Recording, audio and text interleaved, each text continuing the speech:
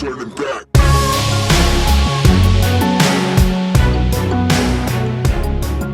Welcome to the Last Boy Scouts podcast. We're your hosts. I'm Danny. And I'm Tyler.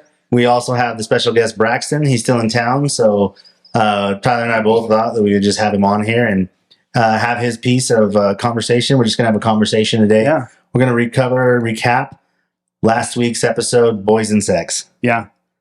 This is this show for men by men, and so why not take every opportunity to bring in other perspectives, right? Sure. I think that's what's unique about us as men is that we can disagree, or maybe this is just our jiu-jitsu perspective, right? Sure. It doesn't matter your opinion, your political affiliation. When we meet on the mat, we're all equals in a sense, or there's at least there's a pecking order, right? Yeah.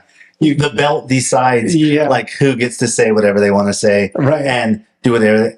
And sometimes the belts run the room, run the mat, and you know that there is a pecking order. But when you have this group that we had, we had Braxton and Roman last weekend, and Tyler and I's perspective, which was different than Braxton and I. We did have. He showed me what they were talking about with the Snapchat and the OnlyFans, and he was like, "Dad, this is exactly what I mean." Right? Yeah, absolutely. Yeah, I had a random quick ad, and I was like, if I had accepted, nothing would have happened within the 2 to 3 hours after, but sort of down the line, she would have said, "Hey, here's my nudes," or "Hey, subscribe to this." Yeah, that's crazy. So weird. That's crazy because the funny thing happened. I'm not on Snapchat, but I got one of those, and it was from a lady here in Utah offering massage services. This is sad. This is sad. This is where we get stuck and when we get lost. Stuck. Yeah, especially because I don't know very much about it, and I was even telling Braxton, I was like, "No way! Come on, this cannot be like that." And he's like, "No, Dad, seriously." And I almost in my old school thought was accept her as a friend. Let's see what happens. Let her show us. Right? But then I was like, no, I gotta be it's weird to me because I don't understand it enough where I feel like I'd get myself into trouble for sure. It's just a way, it's just a path to go down that synthesizes, connection, right? And if you're lonely and you spend most of your life playing video games or watching TV, you're not building that connection, right? And it's a cheap way to fake intimacy, right? Yeah. And so those men that get caught in those traps, I feel sad for them, right? And because they're not fulfilling their potential, right? They don't know how beautiful it is to have those conversations, to be involved in a relationship with a woman, to connect on that level where you're actually building something. And until you've had children, Braxton, sorry, you may not even get this. There's a beauty in the connection you have with your partner as you go through that process. It's almost godlike where you're bringing life into this world, and we fake that. And it's not the same. Well, and we don't want, we told Braxton this week, he has a responsibility to have at least 4 to 5 to 6 children because our lineage, that's how your lineage comes off. And it was really funny. Misty and I were telling him, but here Misty and I only have 2 kids, right? And he was like, well, he said, well, my pretend wife who I'm going to convince to have 6 kids. That's what he said today. I did indeed. It's interesting. It's such a weird world that we're living in, and that's what we're. When we were talking, we had a really good day today. We went to the lake today. Yeah. Our little jiu-jitsu group that we hang out with went to the lake today, and we had a person that was there that was like, "This is so cool to watch how you guys interact." Yeah. And it really is we're a family, we're a small family. We're this small group, a small tribe inside of the tribe that our small academy is. And our children are a part of that. Our loved ones are a part of that. And then you can bring friends in and they feel like they're just right at home, They right? feel like they're a part of it. Yeah. Absolutely. Yeah. Absolutely. And then next thing you know, they're kicking your butt. They're on the mat. Yeah. And that's what you want. That's the thing that you're hoping for. That's the goal that we want. And so, to today we're just going to converse. We're going to talk about June being Men's Mental Health Month. But I thought it was Pride Month. Yeah, it always gets taken away. I mean, I'm sorry, that was kind of an underhanded comment, but like, you know, men is 50% of the population. And we're supposed to be tough, right? And we're supposed to be tough, and they want us to be, you know, they want us to change, but will give us our damn month back. Yeah, don't take it away from us. And Braxton was telling me a little bit about like some of the things that he has to deal with the military guys, and they're told from a very early on in their stage, like, you don't complain, you just go about it, and you keep your mouth shut. You know, you go the business, you do the business. You know, Right. And when you talk about men's So back up from a context of like when you're on deployment, when you're working up things, you're just supposed to compartmentalize it. Yeah, absolutely. So on a deployment, you're on a 24-hour shift. Yeah. And not every MOS or job is like that, Sure. but there's always shifts worked or something like that.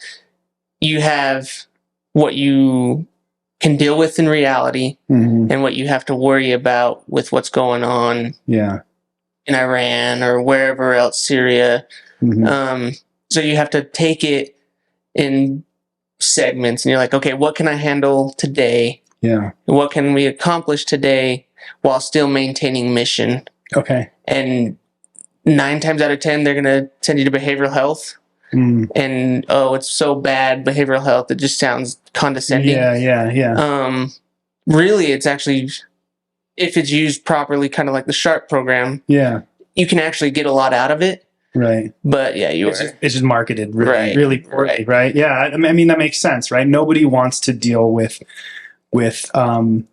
you know, mental health issues. Nobody. And then there's something to that, right? Like mental health issues stay with you for a long time. So if there's a diagnosis, and I'm not a clinician, and I'm not, you know, I don't have the ability to diagnose anyone, but I've done my research as I've struggled with my own, you know, kind of emotions and thoughts. And, you know, there's a reason that like 95% of narcissists, what we could consider people that are narcissistic, won't submit for treatment.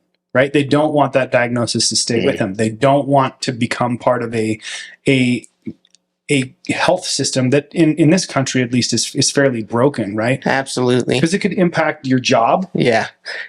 The other problem that we suffer when we go on a deployment or overseas or anything like that is everything that's going on with us is 7 hours behind what's actually happening.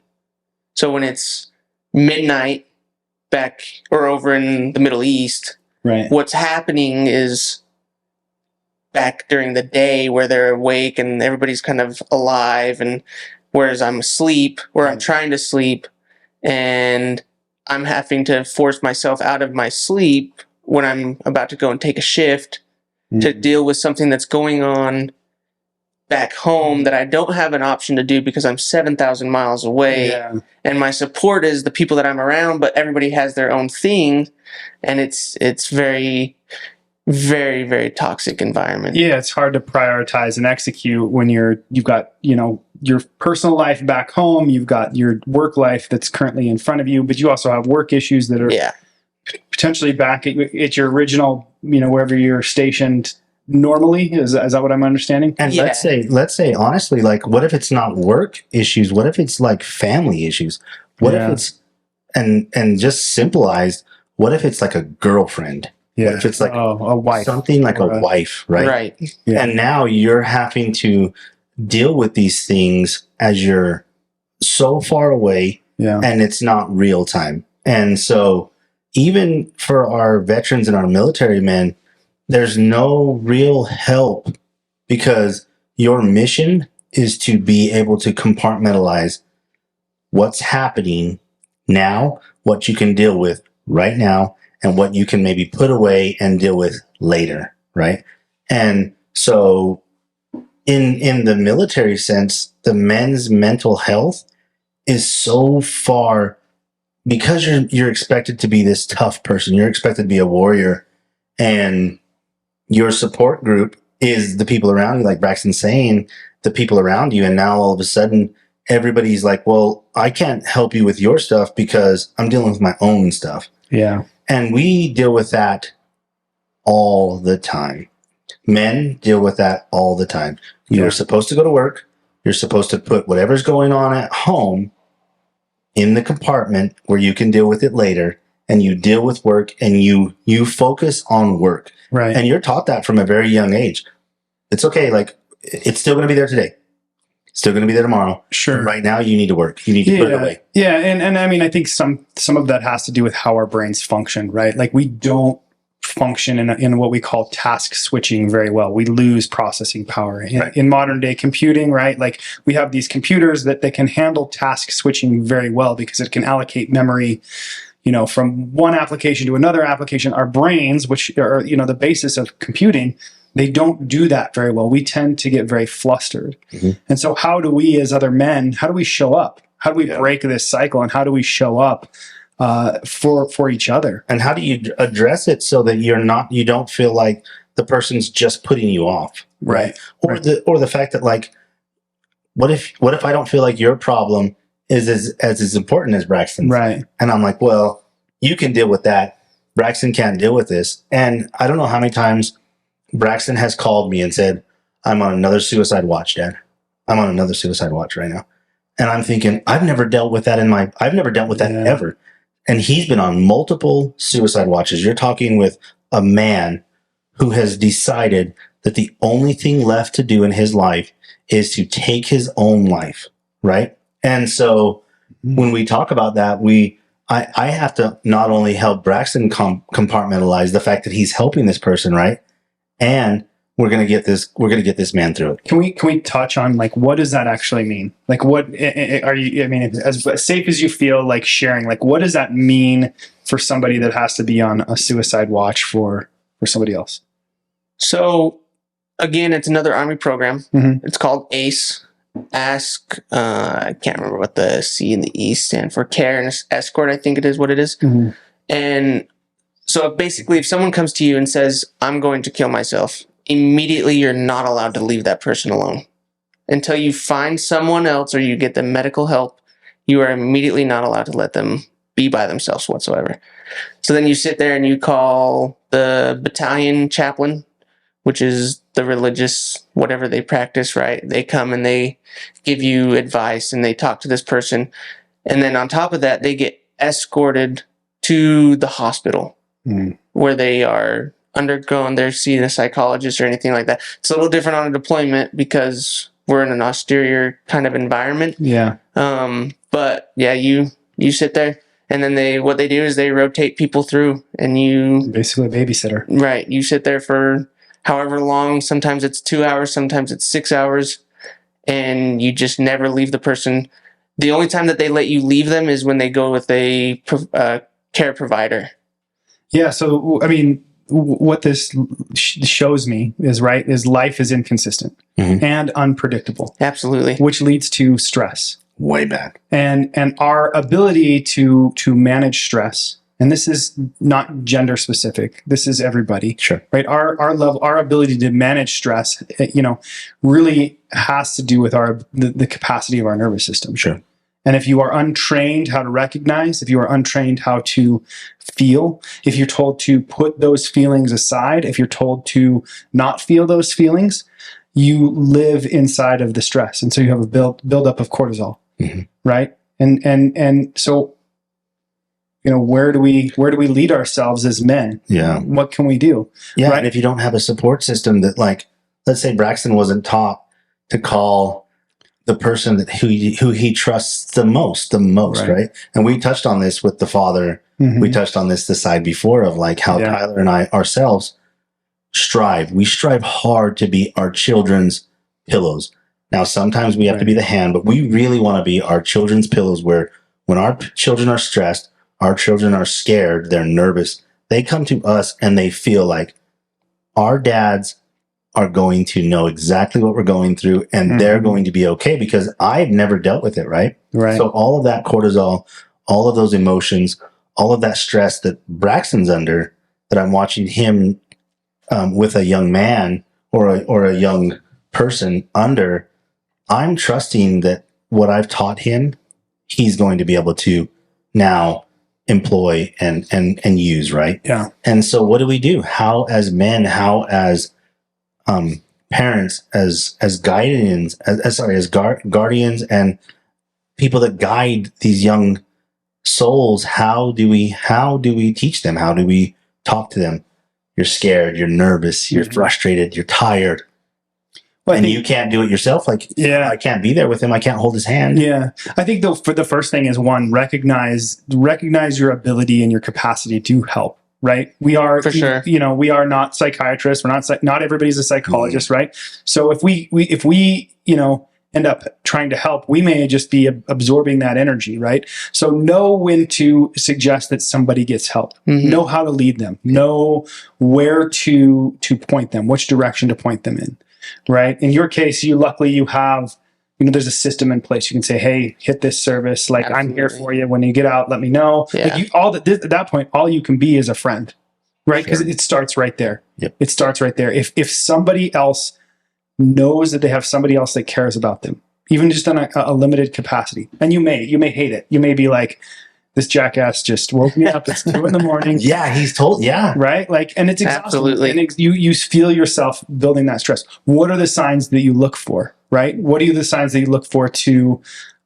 make that recommendation and to pass off somebody to a mental health professional?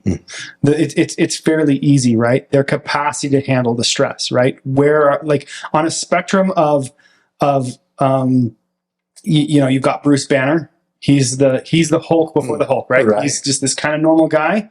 To the Hulk, right? That's the spectrum you're looking on. Is this person acting like Bruce Banner would act, or is this person freaking out? Are they panicked? Are they breathing heavily? Like, look at the spectrum, and that is going to be the spectrum that you can actually handle. If they're calm, if they're collected, they may be down, right? You can start, just talking to them. But if they're irrational, you may need to suggest that, hey, we've got to get more help than I can provide. For sure. Do you ask them about their support system? Do you ask them like what their support system is like? Because I personally know what your support system is, and you and I have these conversations where sometimes I tell you, I'm just going to listen. I'm not going to say anything, which has gotten us. It's been a while for us to get to that point, right? For sure, yeah, absolutely. So they actually give classes on on ACE and everything like that, and a lot of times they'll do role play because people don't know what to do, and it's extremely uncomfortable to ask somebody, "Are you going to kill yourself? Are you thinking of are you having thoughts of killing yourself? Are you having thoughts of hurting somebody else?" And it makes people uncomfortable because it's so frowned upon in society nowadays, because it is a very big thing, and it has a huge percentage in our population of people who want to kill themselves or harm themselves or seek that kind of attention, when really all they want is somebody that just cares. And so, you will ask them all kind of who's your support, where's your support at, what do you have, okay, what do you need, and then ultimately, are you going to hurt yourself? Are you gonna kill yourself? Are you having thoughts of killing yourself? Have you had a plan? When's the last time you had a plan? And it makes people very uncomfortable, even in just the classroom environment, when you're not even remotely near anybody that may want to kill themselves. Having people put you on the spot and being like, you need to ask this person, are they going to kill themselves? You're like, okay, it's very heavy work, and it's very heavy to be like, okay, what do I do? I don't know anyone who has dealt with a suicide in the family that hasn't felt the heaviness of that as well, right? Like, absolutely. As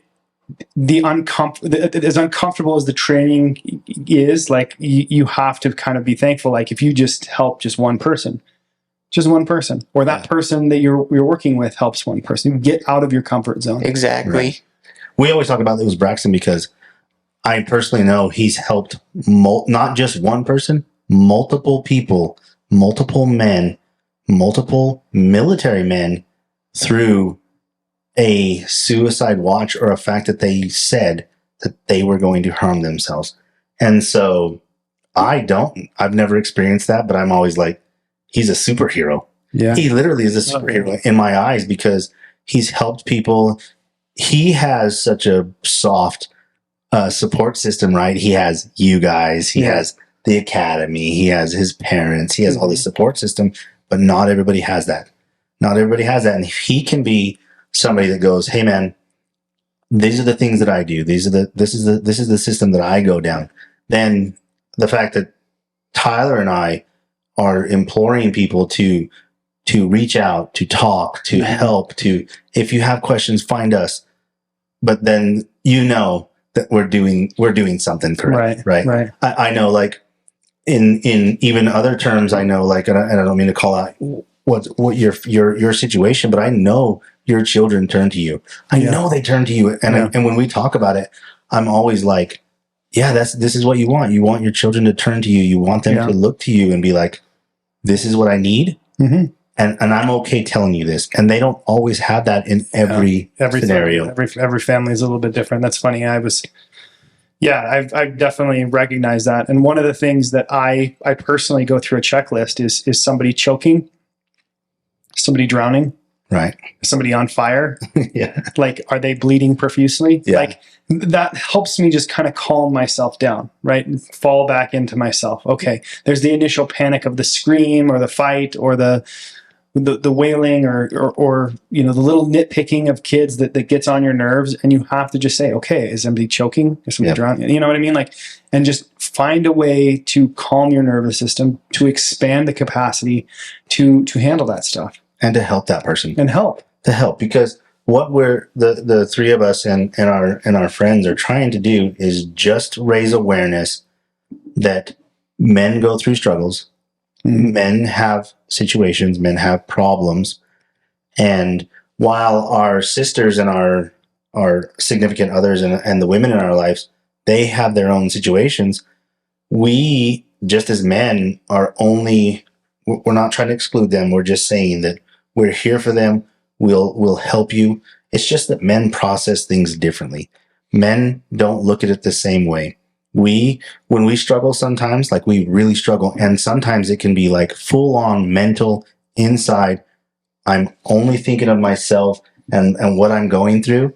And if you were looking at it from another perspective, you'd be like, why are you so, your life is amazing. Why are you so upset? And it's just that I'm stuck in my own turmoil. Yeah. I'm stuck in my own downside of my central nervous system. And I'm not at the middle line. I'm underneath. Yep.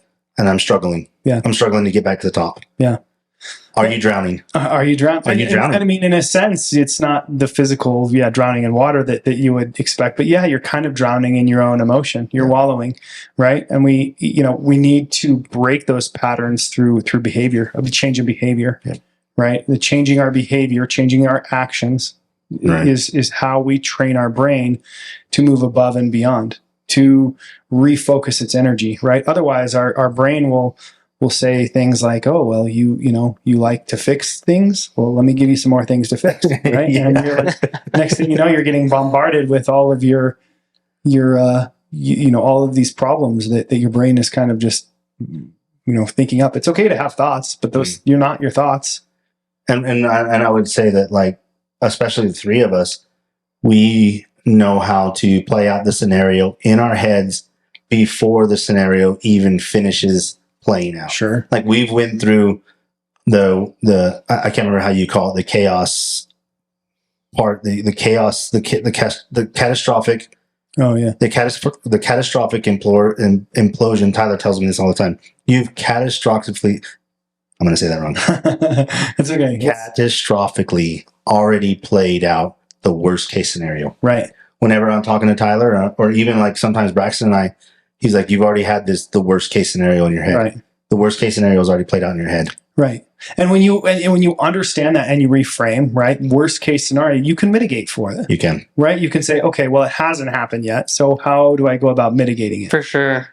Absolutely. Yeah. It happens a lot in the military too.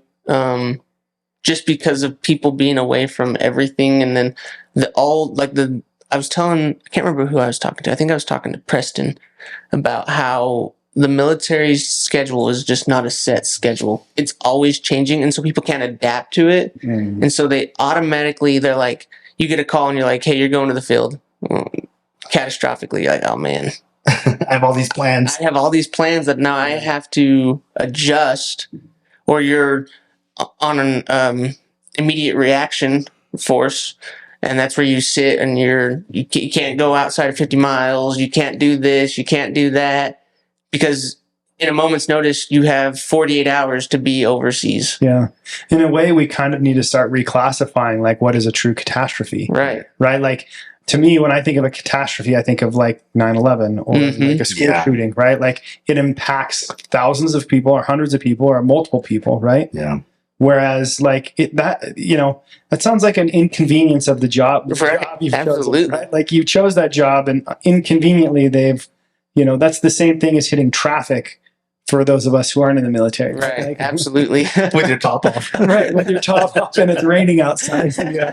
Yeah. So just so we're clear, so our friends and our family that watch us, we were coming home from the lake today, and we're in our Jeep with our enclosure, and my Jeep top comes off, but we didn't take it off, and all we thought about giggling and laughing was Tyler, we could see him ahead of us, and his top is off, and we were like, and so I'm like, Tyler, how's everything? And he's like, it's amazing. This is the greatest thing ever. It's not hailing.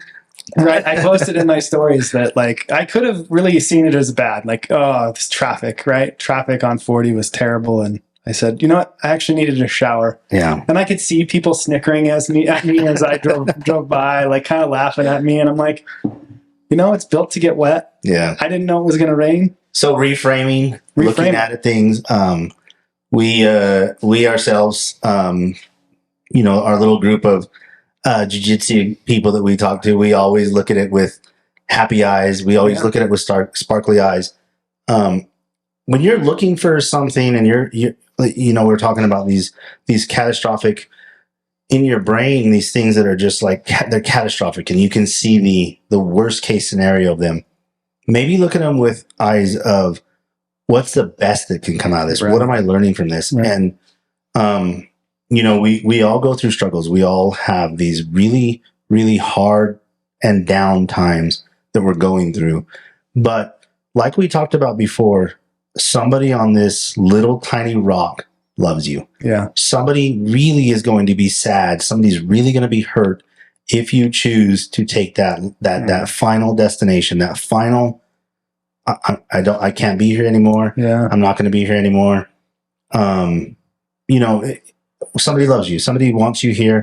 And all we're doing is imploring you to really ask for help, reach out to somebody and be like, hey, I'm struggling. And if you're uncomfortable with that, then find a support group that you find comfort and solace. Yeah.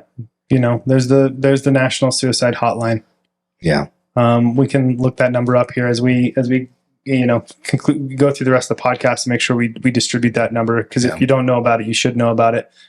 I've been blessed. I feel like I've had a lot of, I haven't had the smoothest seas when it comes to, my life choices, but smooth seas never made a good captain.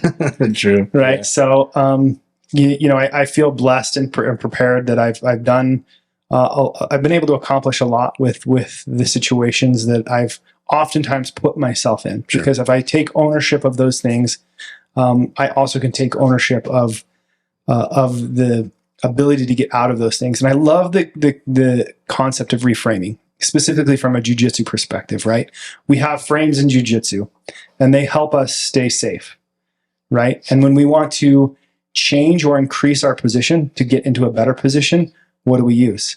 We always use those frames we always use the frame to help us gain some space to redirect energy. Right. And ideally create a better position. Right. And it's us doing the work. It's not what the partner is doing. It's not what's happening to you.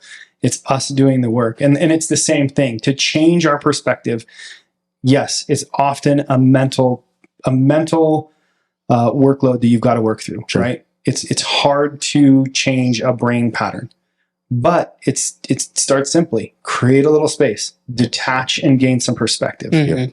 As soon as you have that perspective, you can say, okay, how can I is anybody, drowning, choking around fire? How do I re-attack this problem? Right. How do I go about solving this problem? Braxton brought into our family I think I've talked about this before. He said, okay, we're going to give a certain time limit to what you're upset about. You're going to give some time to that. You're going to give like 20 minutes. 20 minutes. Yeah, we're going to give a time limit to it.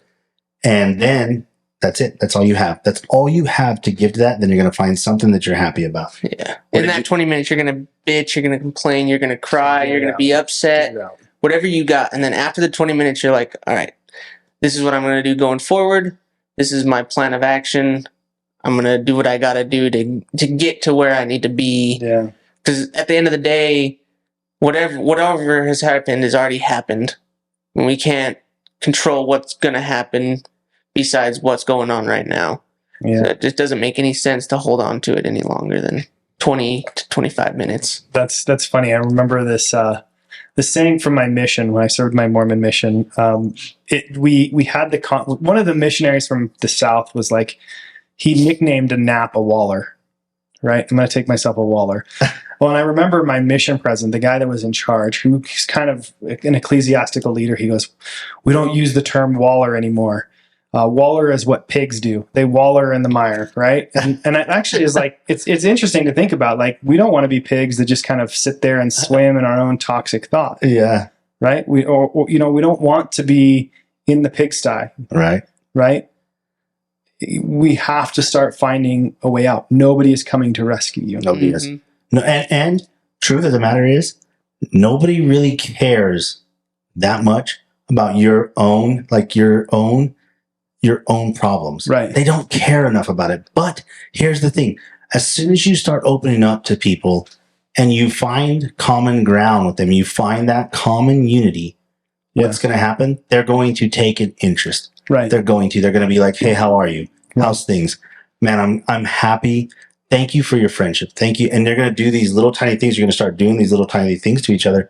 And what happens is eventually that whole saying of, no, your problems are not more than mine, those go away because you're in this common unity. You're in this little small group of people that you care and you want to see each other succeed. And this goes back to where you were asking to ask for help.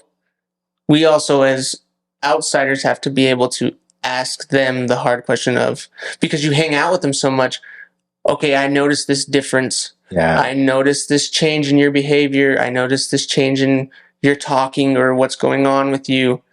Are you going to hurt yourself? Yeah. Because we as outsiders can see it more than they're willing to help as ask for help. So it may be better for you to change their tone and be like, hey, I see this. I'm going to grab you out of it and pull you.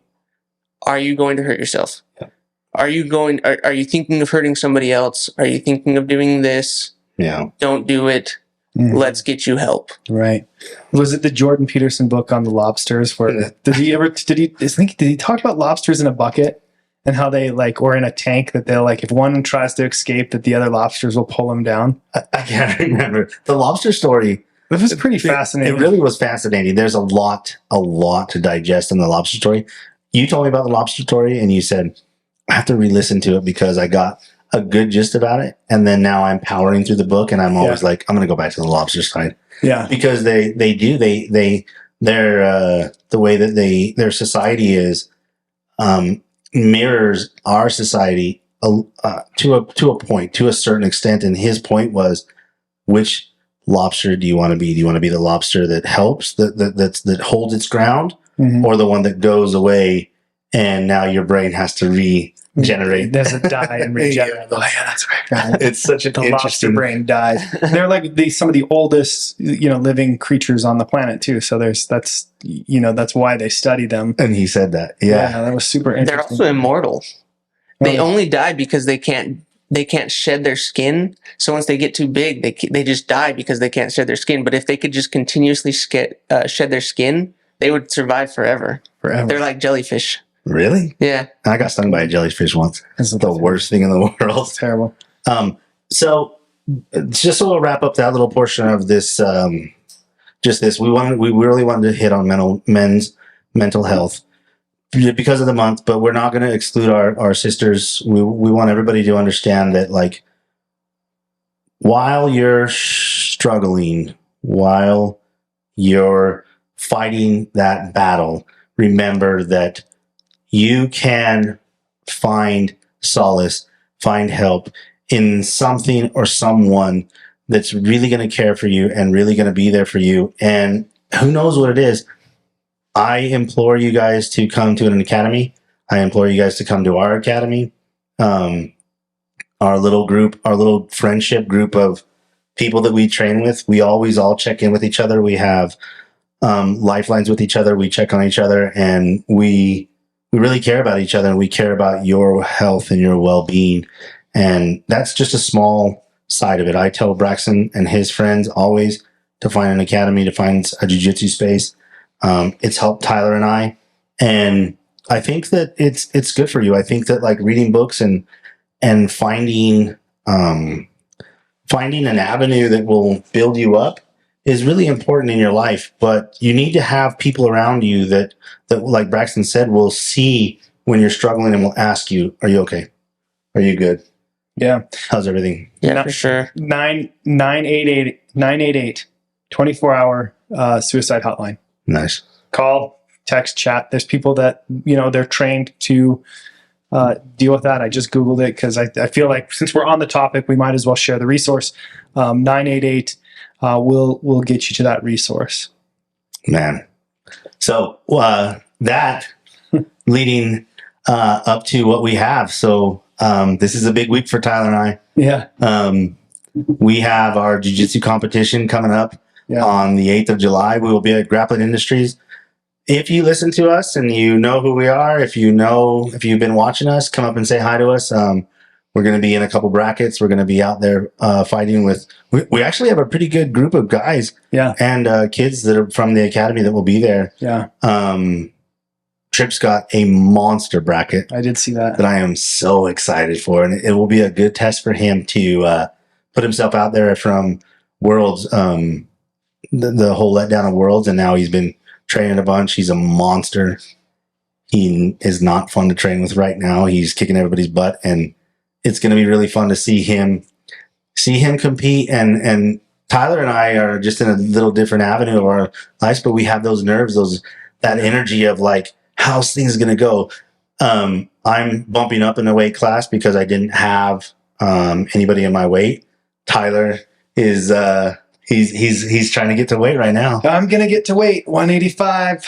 Watch out, ladies. 185, but I actually think I'm going to try to roll in 185 as well as 200. Yeah, just see how I do, because there's only one in the 185 weight class, and competition in itself, right? Competition of grappling in itself brings up some like terrifying. It's different thoughts in your head, right? Because you play out the matches in your head, right? Yeah. Absolutely. Yeah, we were teasing Braxton today because we go through some of his wrestling highlights. Yeah, the dude wrestled some of the best names in college right now. Braxton wrestled Roman Bravo Young at Junior Duels. He wrestled Dayton Fix in Fargo. Yep. We were talking about him, and he's had some really cool competitions, but it brings up these crazy emotions, right? And these crazy feelings of like going back and replaying them all in your head, right? Yeah, what you could have done, right? Yeah, sure. Absolutely, for sure. Yeah, sure. And this episode will be published after the 4th of July, so happy 4th to. Oh well. Yeah. Those of us that celebrate that holiday, thank you, Braxton, for your service. Since we are on that, I didn't have the help. My eyesight would never pass any of the military tests, so it's not something that I could do. So, in conjunction with Memorial Day, the 4th of July, our Independence, take some time to thank those who, sign on the dotted line and put it out there, and let's take care of these guys. What'd you tell your mom? This was the first 4th of July. Yeah, this is the first 4th of July. I've been back in the States where I can actually like celebrate the Independence Day and with family. Yeah. I hope, as Apu says in The Simpsons, celebrate the birth of our country by blowing up a small portion. Get some big old fireworks. Absolutely. We got tickets to Oakley Rodeo. So we are so lucky with what night are you going? So we're going on Monday night. We've got such a great community around us because some of the people that train with us, they work the arena. They're the guys that work the horses. They're the people that run the chutes.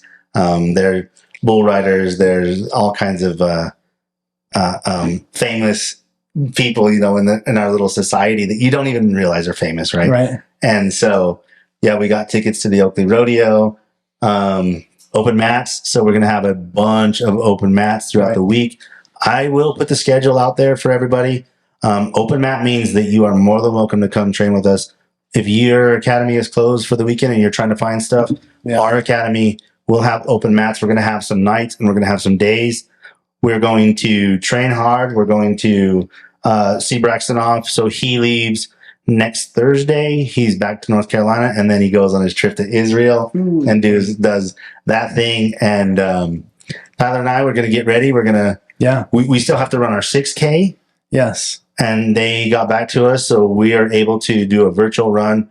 We're going to run probably not next week because we're going to be training a little bit, trying to get our bodies ready for a competition. And then we'll compete on the 8th. We'll probably run after that. Yeah. This episode, we're recording it on the last weekend of June, so that's why we run to cover men's health.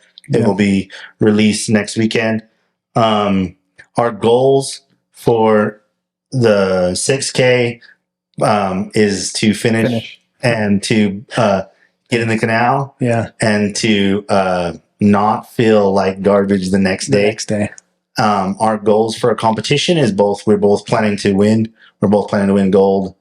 That's the goal. That's the goal right now is to win gold and to showcase how we train. What do you got coming up? That's it. Tyler Childress in August, and other than that, start training for our gunnery tables and everything again at the end of the year. So we have certifications coming up at the end of the year, every 6 months for the section that I'm in, and then just concerts. I got another concert. I got Parker McCollum in September. Nice. And then I have a couple of my buddies in North Carolina who are going to start going to a jiu-jitsu academy in Spring Lake, North Carolina. Cool. Nice. Very cool. So so maybe you'll be able to, all of our North Carolina fans, however many we have out there, you'll be able to see Braxton, hang out with him. So just regrouping, Tyler and I are both available for coaching. We're both available for help. Feel free to hit us up, lostboyscouts.com, Lost Boy Scouts on Instagram, Lost Boy Scouts on TikTok. Yep. And I'm compassionate_gentleman.